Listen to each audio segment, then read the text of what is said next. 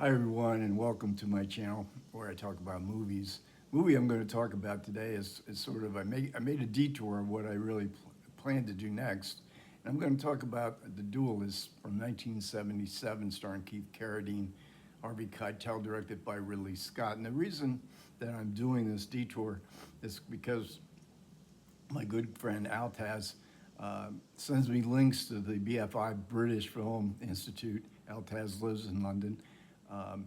Periodically, and in the new September-October brochure, BFI is mounting a retrospective of Ridley Scott's films. Not all of them, I think he has around 50 films, but a good chunk of them, and especially all the major films.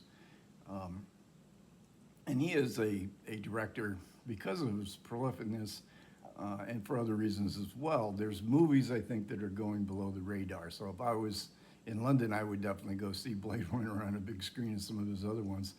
But I don't live there, and I have seen the major films on big screen, most of them. And so I'm more interested in maybe exploring some of the lesser films to see if there's gems there, to see if they provide clues to a better understanding of Scott's films. And Scott falls into a very in several different categories. Certainly his prolificness. Steven Spielberg, who started making films at a much younger age. I think Spielberg was 25 when he made Duel. Ridley Scott, 39 when he made The Duelist. But nevertheless, they are prolific, and they're both storytellers. I think the primary interest in their films is telling a story as effectively as possible, and both use very elaborate production values. There's always something to look at, and within a wide range of genres, and science fiction and fantasy, and more genre films, history, movies as spectacle. I think both really appreciate and understand the value of movies as spectacle. Ridley Scott. Spielberg came out of just a movie buff and getting into the studio very early, and sort of establishing himself when he was in his early 20s. Scott, however, had a very successful advertising agency, TV ads, with his brother Tony Scott. But he always wanted to make movies. That was his primary objective, was to make feature films. But he had a hard time getting off the ground. They told him you have to do some more TV work. I think he did an adaptation of a Henry James story, I think it was. But still, he couldn't get financing, so he decided to get into the movie business pretty much from his own perspective. He would have to come up with a property, and he read a lot of Jack London and also Joseph Conrad. And he took, one of the main reasons being they were in the public domain, so he wouldn't have to pay for to adopt a novel that wasn't in the public domain. So he finds this story called The Duel by Joseph Conrad. I downloaded it, and the title was Point of Honor, which is really and it's a line of dialogue in the movie.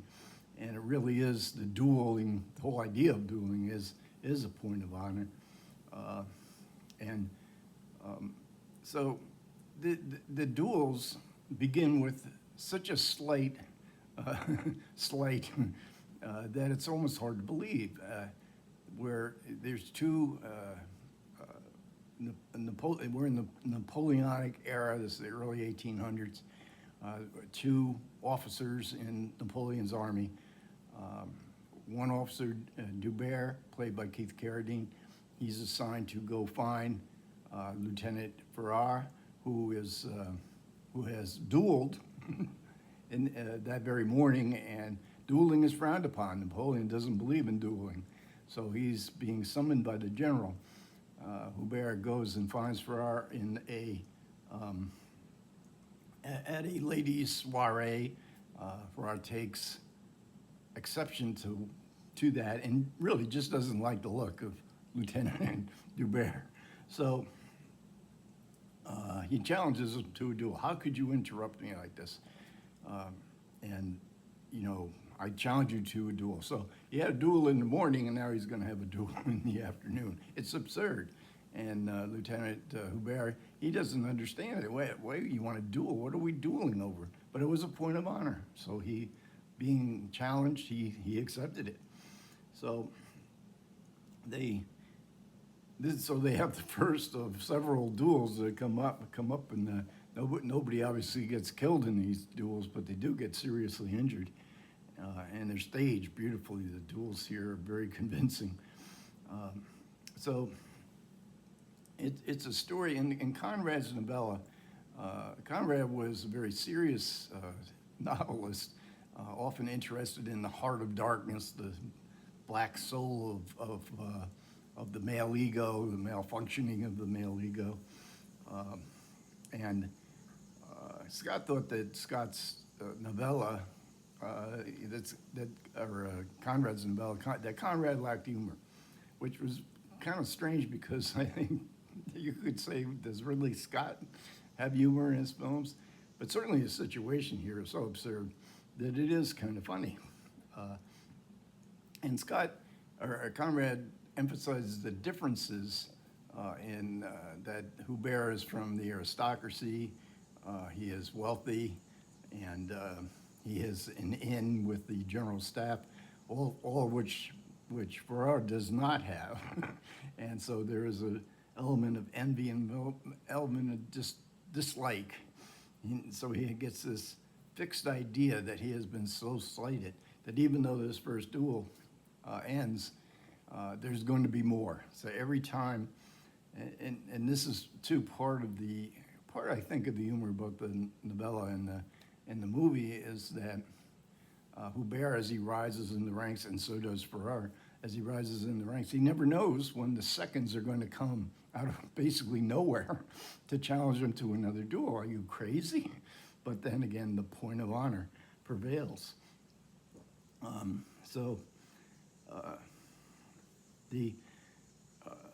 What Scott, I think, really gets at is this obsessiveness of Farrar, of the Harvey Keitel character. And Keitel, you would think, and Keitel thought himself that he was being miscast here. I'm this guy, modern day type guy from Brooklyn. You're going to make me a Napoleonic officer, but it works, and it does establish the difference between the two officers, as Keith Carradine has, whereas we get sort of the Brooklynese of Keitel, and we get like the Southern California, coolness of the language with Hubert. So there is this, and I think that Scott really catches that obsessiveness, and he also, I think, catches the melancholy of Hubert. And Scott loves, I think, throughout his career, although I'm not an aficionado or well-versed in his career, I hope to be, he does emphasize the struggle, the male struggle, of the heroic kind of thing. Who is a man? What is honor? What is bravery? So I think there's that there, but I think most of all you feel the melancholy of Hubert and throughout these struggles, and strangely enough, and there's some great sequences. This is basically the Conrad novella. He doesn't change anything, and it's narrated by Stacy Keach, who I think is reading lines right from the novella. So it is Conrad here, but different emphasis. And of course, we get the visual palette that Scott is so famous for coming out of advertising. He knew how to get to his potential audience with very striking imagery, which is all through the Duellists, despite his low budget. Barry Lyndon came out 2 years earlier in 1975, and a big influence on this film. And Scott was also very interested in painting, so he is recreating paintings that I've never seen, but paintings from the Napoleonic era in his composition here, which is very, very striking. He adds a female character, I think, first I thought, oh gosh, we got to have a love interest, but it works. I think it is a kind of interlude that we need from the obsessiveness of these male people, these two men, and it gets the female point of view and sort of the audience point of view. What are you guys crazy? She actually goes to see for her, and tells him, what are you doing to this man? And so we get these painterly compositions, and in David Thompson's, I have one visual aid here, the new biographical dictionary of film. I guess this is the edition from the early 2000s, and Thompson, complains in the beginning of his essay. It's a great essay, one of the best essays. If you have this book, go back and check his essay on Ridley Scott, because he does, he says, it's like we're going to see a commercial for a French wine or a tourist, commercial to come see this this area of France or where they filmed. And but then he says, by the end of the essay, which I think goes up to the early 2000s, he said, yeah, but Scott made some really good films that I really like to see. He really is a good storyteller. And he got, and the movie did, in fact, get some really good reviews. Vincent Canby, Michael Sream, I think his name is, from the Boston paper, Canby from the New York Times, Pauline Kael gave it a positive review. Didn't do a lot of business, but it did win the debut award at the Cannes Film Festival of its era. Got great reviews in Britain. I missed it. There are very few films from the 1970s, significant films at least, that I missed in its original release, and I never watched it. So this was this is a real treat for me to watch a movie from the 1970s without having that remembering or trying to recall that initial first viewing and compared to how I view today. So that was a very welcome surprised me, because I thought I had seen it, but when I watched the film, I knew I had never seen this film before. And it's a really good film. It's an excellent debut film. It goes up there with some of the best. Blood Simple by the Coen brothers. Duel actually Spielberg's first film. It was actually a TV movie, but we'll count it as his first film. So what's next? So I don't know how long I'll be able to go on. When I'm feeling good like I am today, I get all kind of plans, and I'm not going to be able to go through all of I'm making a video of all the Ridley Scott films that are being shown at the BFI, but I'd love to do that if I could. But I am going to make videos of some of the lesser films and ones that I think have been overlooked. I'm not going to do Blade Runner and Thelma and Louise and Gladiator, but I am going to do Alien. I thought I'd pass that by, but then I hadn't seen it in so long, and it has been sort of overshadowed by the super productions of the Aliens movies.